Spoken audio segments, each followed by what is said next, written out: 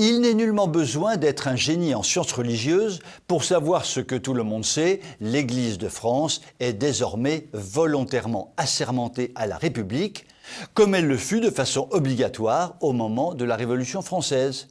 Et comme elle est désormais volontairement assermentée à la République, il est parfaitement logique qu'elle lui fasse des mamours en nouant des collaborations étroites avec le macronisme qui veut la tuer, ou avec les francs-maçons qui veulent la détruire, ou avec les musulmans qui veulent l'éradiquer, ou avec le lobby LGBT qui est à la religion catholique ce que l'échafaud fut à la fraternité révolutionnaire.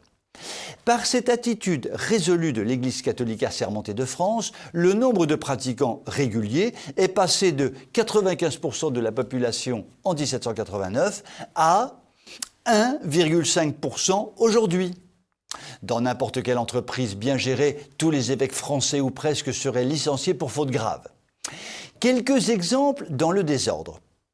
La conférence épiscopale a transmis au pape un document révolutionnaire qui révolutionne de fond en comble l'Église telle qu'elle existe depuis des siècles, en proposant une réforme fondamentale tout à fait protestante.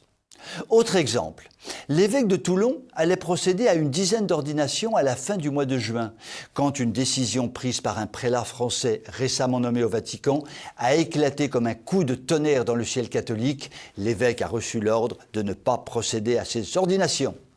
Autre exemple, l'évêque de Grenoble, avant de quitter son diocèse pour en rejoindre un autre, a intimé l'ordre à la fraternité Saint-Pierre de quitter son territoire. Cette fraternité connaissait un succès foudroyant, faisait un travail remarquable d'évangélisation dans Grenoble et avait ouvert une église désaffectée qui connaissait également un succès exceptionnel. C'en était trop pour l'évêque de Grenoble. Fraternité Saint-Pierre, tu dégages illico presto. Mais ce n'est pas tout. Ce fameux évêque de Grenoble, nommé tout récemment à Toulouse, prenait immédiatement la première décision d'interdire à ses séminaristes de porter la soutane. Il faut être prêtre, mais pas trop, peut-être le moins possible, et peut-être pas du tout, car ce fameux évêque peut se vanter d'avoir laissé son diocèse de Grenoble libre de toute ordination nouvelle.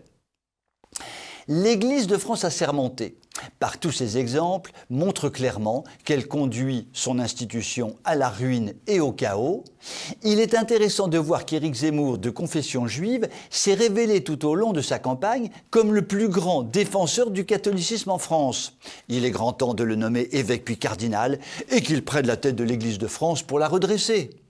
Je vous souhaite une très bonne soirée.